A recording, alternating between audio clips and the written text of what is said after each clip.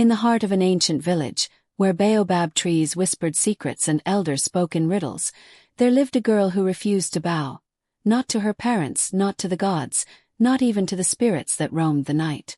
So they sent her away, far into the hills where old ways ruled. But what returned was not just a changed girl. It was something else. Something that walked like her, spoke like her, but carried a secret, deep, dark, and deadly. This is the tale of Ekua, the girl who went to learn respect, and came back with a secret. The sun had barely begun to rise over the red hills of Noko when Ekua shouted back at her father. It wasn't the first time. But this time, it was in front of the entire village. She had refused to kneel during the annual yam blessing, a sacred rite every child in Noko knew to honor. Ekua had folded her arms across her chest, her chin raised like a stubborn goat. The villagers gasped. The drummers paused. Even the birds seemed to hold their breath. Kofi Mensah's face turned the color of firewood ash. "You shame your mother. You shame me. You shame your ancestors," he roared, raising his hand. But Ekua didn't flinch. "I will not kneel before a god that does not feed me," she snapped, her voice ringing like iron. That was the moment the decision was made. The next morning, Mame Adwoa wept as she tied bundles of kenki and dried okra into her daughter's traveling cloth. Ekua was being sent to the hills, to old Nana Didi, the priestess of Kusu Mountain. "They say she teaches children to respect," Kofi Mensah grunted, tightening the sandals on Ekua's feet. "When you come back you will learn to bow. Or you will not come back at all." Ekua didn't cry, didn't beg. She simply looked at the mountain trail, swallowed hard and walked. The path to Kusu was forbidden to villagers unless summoned. It was said that spirits danced there under the moonlight and whispered names into the ears of those who dared climb it. As Ekua walked, the air thickened. The trees grew taller, darker, older. Leaves rustled without wind. Shadows moved without bodies. And still she climbed. By midday, she reached the base of an enormous termite mound shaped like a crouching woman. There, sitting on a carved wooden stool, was Nana Didi. She looked more bone than flesh, skin like dry hide, eyes milky with age but glowing with something deeper. "You are the one who does not bow," Nana Didi croaked. Ekua squared her shoulders. "I am not afraid of you." The old woman smiled. "Ah, that will change." The first night, Ekua was told to sleep beneath the tree of mourning, a twisted, dying fig tree said to weep blood during eclipses. Strange cries echoed from the forest. Insects buzzed louder than drums. And the wind called her name. Not once, not twice, but 3 times. "Ekua!" She closed her eyes and hummed a lullaby her mother once sang. The next day, she was taken to the cave of listening, where she sat blindfolded while spirits were summoned to speak. "Tell me, girl," Nana Didi's voice echoed. "What do you hear?" Ekua whispered. "My father's anger. My mother's sorrow. My own heartbeat." "Good," the priestess hissed. "Now we go deeper." For 3 nights, Ekua fasted. No food. No water. Only the smell of burnt herbs and the sound of distant flutes. On the 4th morning, she was shown a carved mask with no eyes, no mouth. Only a gaping hole where a face should be. "You must wear it," said Nana Didi. "I cannot see," Ekua said. "You are not meant to see. You are meant to feel." So she wore the mask. And when she did, she saw what others could not. She saw a village woman crying in the forest as she buried a clay pot. She saw her father, younger, kneeling at the grave of a sibling he never spoke of. She saw herself, sitting under the tree of mourning, but her skin was pale, her eyes black, her mouth whispering words she didn't recognize. She tore off the mask. "I want to go home," she cried. But Nana Didi only laughed. "Home is no longer the same, and neither are you." On the 7th night, the sky turned the color of dried blood. No stars. No moon.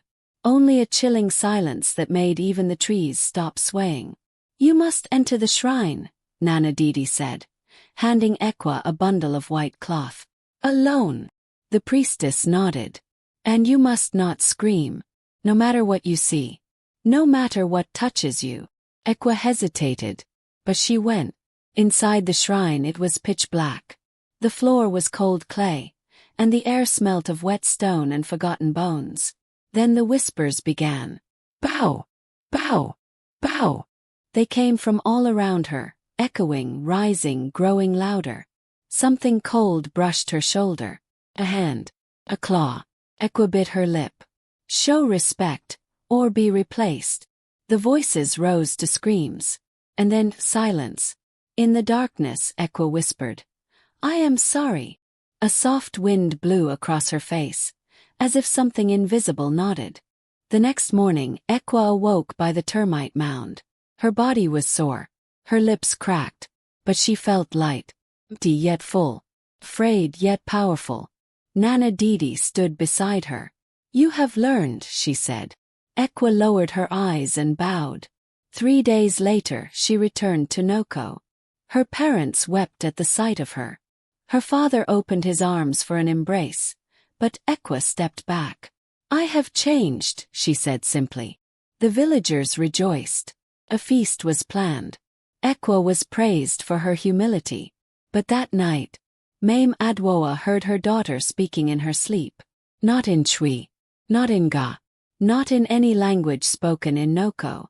And her eyes remained open, black, ill, watching something no one else could see.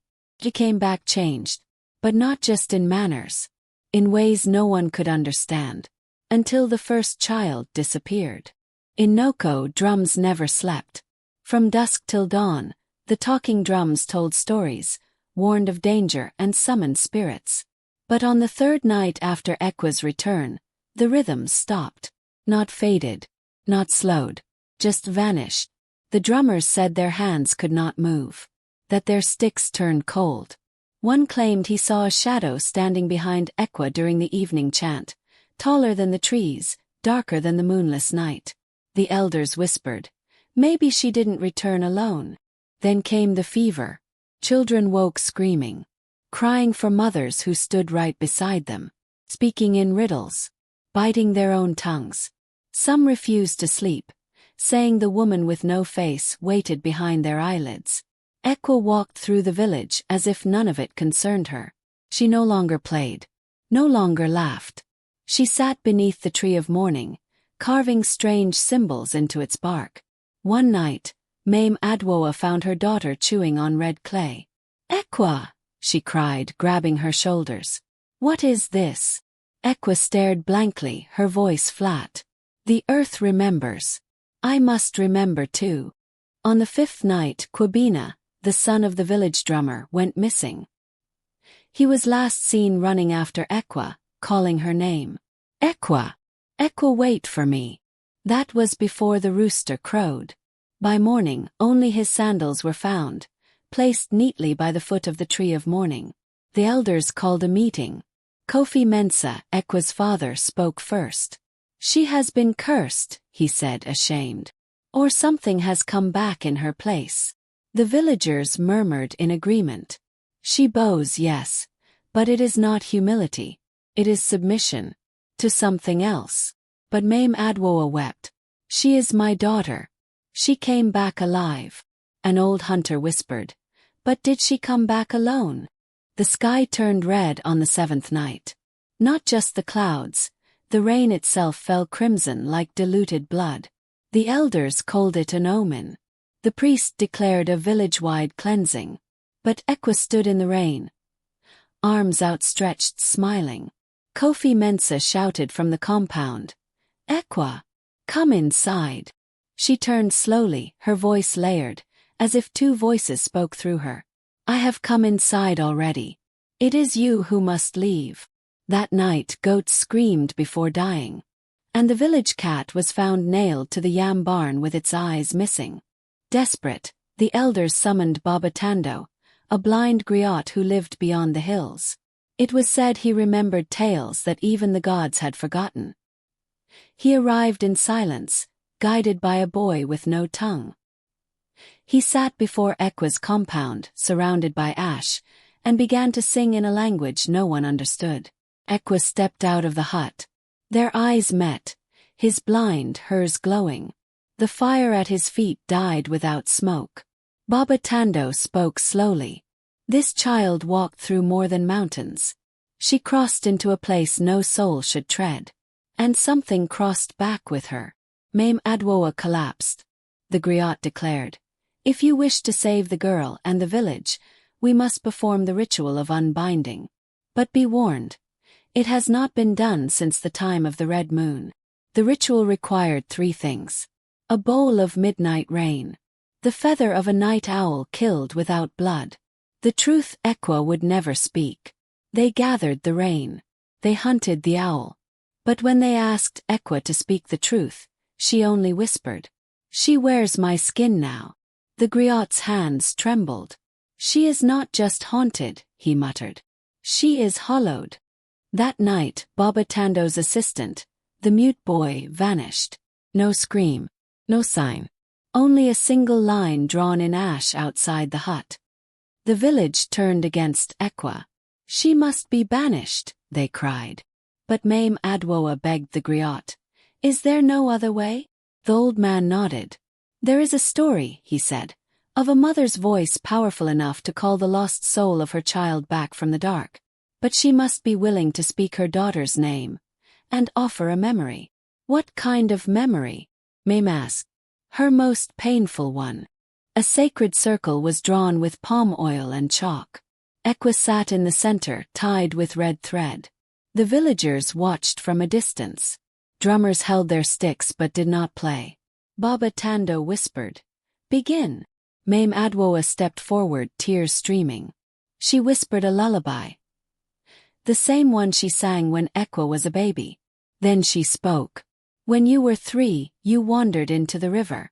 Found you floating. Ill. Cold. I screamed. I thought I had lost you. I beat the water. Cursed the gods. But you came back. Gasping. Alive. I never told anyone. I feared it would bring shame. But now I know. Something heard me that day." Ekua shivered. The ground trembled. From her mouth came a scream not human. A gust of wind shattered every calabash in the village. Then a silence. Ekua fell limp. They believed it was over. The elders praised Mame Adwoa's bravery. The griot was honored with kola and yam. And Ekua, quiet and pale, was taken home. But that very night, in the abandoned hut of the last village healer, a mirror cracked. Not from age. Not from weather. From within. At sunrise, Ekua sat outside, humming a tune no one knew. Her smile was wrong. Stretched too wide. When Mame Adwoa asked if she remembered what happened, Ekua only replied, "I had a dream. But someone else woke up." That evening the chickens refused to eat. The yam barn soured. A woman found her child drawing spirals in goat blood, the same symbols once carved into the tree of mourning. 3 boys dared each other to enter the old healer's hut where the mirror broke. Only one came out. He didn't speak for 2 days. When he finally did, he whispered, "I saw Ekua in the mirror. But she smiled before I walked in." That same night, a mirror appeared on Mame Adwoa's doorstep. She hadn't owned one in years. Attached was a note in ash. "Ask her who she sees when she looks inside." Baba Tando had not left the village. He remained in the forest's edge, sensing something unfinished. When he heard about the mirror, he demanded to see Ekua. They brought her before him. She did not blink. She did not flinch. Baba Tando asked, "Do you remember who you are?" She answered, "I remember the one who fed me, sang to me, and buried me. I remember the one who took my hand and said, 'Follow me.' I remember the name I was given, and the name I stole." He trembled. "You are not Ekua." She smiled. "No, I am what comes after her." The griot demanded the mirror be brought to the shrine. He lit 7 flames around it and poured libation. Then he told Ekua to look. She stepped forward, slowly, and looked. The mirror reflected nothing. Not her face. Not the room. Until a second face appeared, a copy of hers but with no eyes. It whispered, "Give it back." Ekua screamed. The mirror shattered. From the shards came a voice. Deep, layered, impossible. She saw something she should not have. Now something sees through her. Baba Tando gathered the villagers for a final tale. Long ago, he said, there was a goddess cast out by the sky. She had no shape of her own, so she wore the faces of the lost. She waited in forgotten places. Mountains, mirrors, and mourning trees. She feeds on grief. On memories that are buried. And once she wears your face, she learns to walk where you walk, and be loved where you were once feared. She is called Ibo Nai Nai, the one who replaces. The villagers asked, can she be stopped? The griot answered, only by the one who remembers the first face. Ekua, or the thing wearing her, began to change. She now spoke in riddles. Her shadow moved before she did. And sometimes, villagers found her talking to reflections in water, mirrors, even polished gourds. The griot said, we must return her to the mountain, where she was taken, where she can be unmade. But Mame Adwoa stood between them. She is still my daughter. Baba Tando replied. Then walk with her. Only a mother's memory can lead her out of the dark. So they left. Together. Kusa Mountain was steeper now. The path once used by the priestess was overgrown, as if the earth itself had tried to forget. As they climbed, Ekua grew heavier. Her feet dragged. Her voice echoed when she didn't speak. Mame Adwoa sang the lullaby again. Ekua wept. Then laughed. Then screamed in 5 voices. At the peak, they found the old shrine, now crumbled, its stones covered in moss and blood-red lichen. Mame Adwoa whispered, I remember this place. Ekua whispered, I never left it. The griot began the ritual of unmasking. He placed 3 items before Ekua. A piece of the tree of mourning. The first calabash she drank from as a baby. Her mother's tears in a gourd. He said, speak the name of the one you buried. Ekua opened her mouth and spoke her own name, but it came out backwards. Oki. The wind howled. The ground split. A shadow rose behind her. Shapeless, howling, furious. Mame Adwoa stepped into the circle. I am her mother. And I name her Ekua. She held out a doll, made from corn husks and old cloth. Her favorite. She slept with it every night until the river took her. Until I gave her back. Ekua reached for the doll. The shadow lunged. And then, silence. The mountain was still. No birds. No wind. No voice. Then a whisper. Mama. Ekua lay in her mother's arms. Her eyes clear. Her breath soft. The griot sighed. She's back. Mame Adwoa smiled, but faintly. Because from the broken shrine, a mirror lay intact, and in it, her own reflection blinked. But she had not. They came down the mountain in silence. Ekua clutched her corn-husk doll, eyes wide with memory.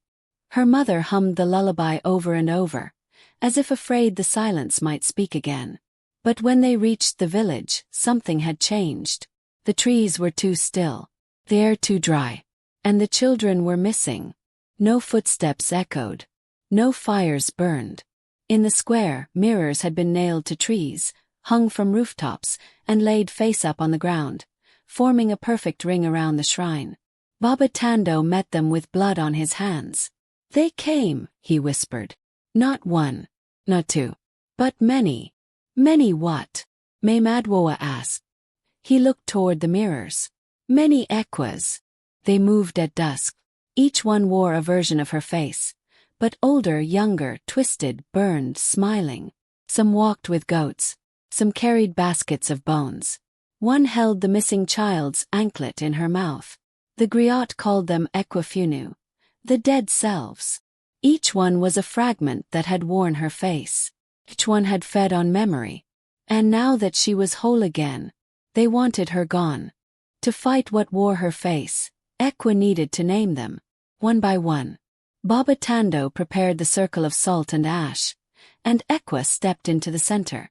The first appeared. A girl with eyes like coal and a rope scar on her neck. Ekua whispered. You are the fear I buried when the river took me.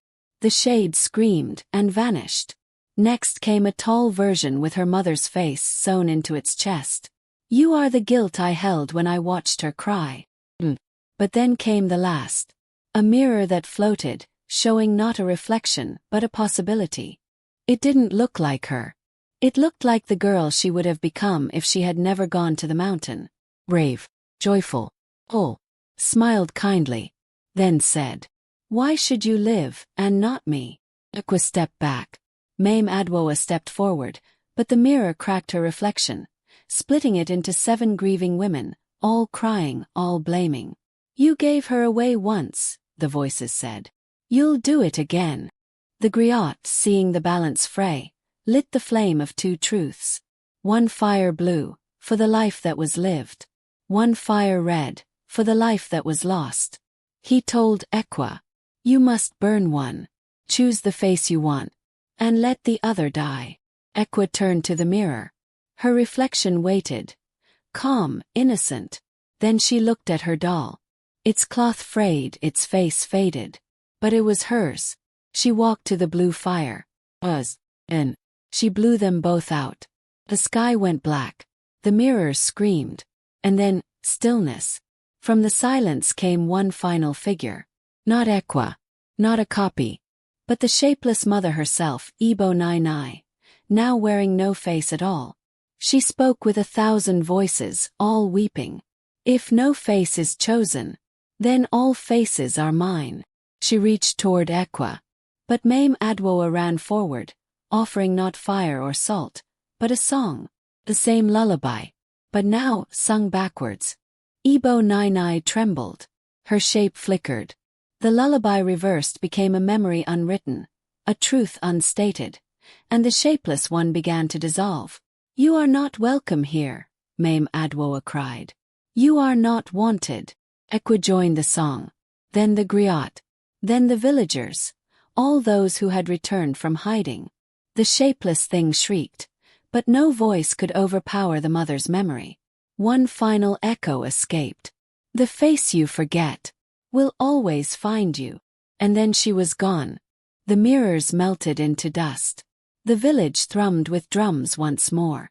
Children played under mango trees. Goats returned. And Mame Adwoa finally slept. Ekua never looked into mirrors again. Instead she told her tale, as griots do. And in every story she ended with this. Do not forget your face. For something else is always waiting to wear it. The rains came late that season. The river, once gentle, now growled through the village like a beast awoken from slumber. Children were told to stay away. But one morning a fisher boy named Kojo came running to the square. There's a face, he shouted. In the water. They followed him to the river's edge. There, beneath the surface, smooth and unbroken, was a mirror. But not a real one. It was made of memory, of grief. And the face inside it was not Kojo's. It was Ekua. And her eyes were open. Ekua sat by the river for hours, watching the reflection blink when she did not. Is it another ghost? She asked Baba Tando. No, he replied grimly. It is a remnant. Of what? Of the choice you refused to make. The mirror hadn't cracked. It had split, and the part that was lost sank. Now it wanted to return. That night the drums were silent. The leaves did not rustle. Even the fireflies blinked in sync, as if in warning. Mame Adwoa dreamed of her daughter drowning, her body pulling another girl down with her. When she awoke, Ekua was gone. Ekua stood knee-deep in the river, her arms stretched forward. She was speaking, but no sound left her mouth. Instead, the water trembled, then rose, forming a face. It was hers, but calmer, colder, older. You chose nothing, the river face said. Now I choose for us. Suddenly, water filled her ears, her mouth, her eyes. The river tried to remember her, to reclaim the shape she abandoned. Mame Adwoa and Baba Tando reached the shore.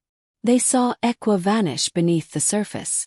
The griot raised the drum of calling, beating it not with sticks, but with bones from the shrine, passed down for when one becomes two and both forget. The river groaned. The trees screamed. Then silence. Ekua rose. But so did another. Two Ekuas now stood on the riverbank. One wet and shivering. One dry and smiling. The villagers looked from one to the other. "I am the Ekua that was," said the wet one. "And I am the Ekua that should have been," said the dry one. They turned toward each other. Then said in unison, "But only one of us can stay." Baba Tando, as griot, declared the test of truths. Each Ekua would tell a tale from their memory, and only the true one would survive the sunrise. They began. Wet Ekua spoke of the doll stitched with maize hair. Dry Ekua spoke of dancing with a father long buried. Wet Ekua recalled the cracked mirror. Dry Ekua named every child still missing. The villagers wept. Both were true. Both were lies. The line between them bled. As dawn neared, one Ekua stepped forward. "I release it," she said. "I let go of what I could have been." Then she touched the other's hand. For a moment they were one. Eyes reflecting back generations of women who remembered too late. Then the dry Ekua crumbled into petals. Soft white petals that scattered into the river. The water calmed. Only one girl remained. From that day, Ekua became the mirror keeper. She never looked into her reflection again. Instead, she listened. When children dreamed of wearing someone else's face, she told them this story. When girls cried by rivers, wondering who they could have been, she told them this story. And when asked how she knew who the real Ekua was, she smiled and answered, "The one who remembers pain and still sings." Final shot. YouTube ending scene. A camera pans down into the riverbed. Petals drift over the surface, then disappear. For just a second a face, not Ekua's, opens its eyes. Every face leaves a shadow.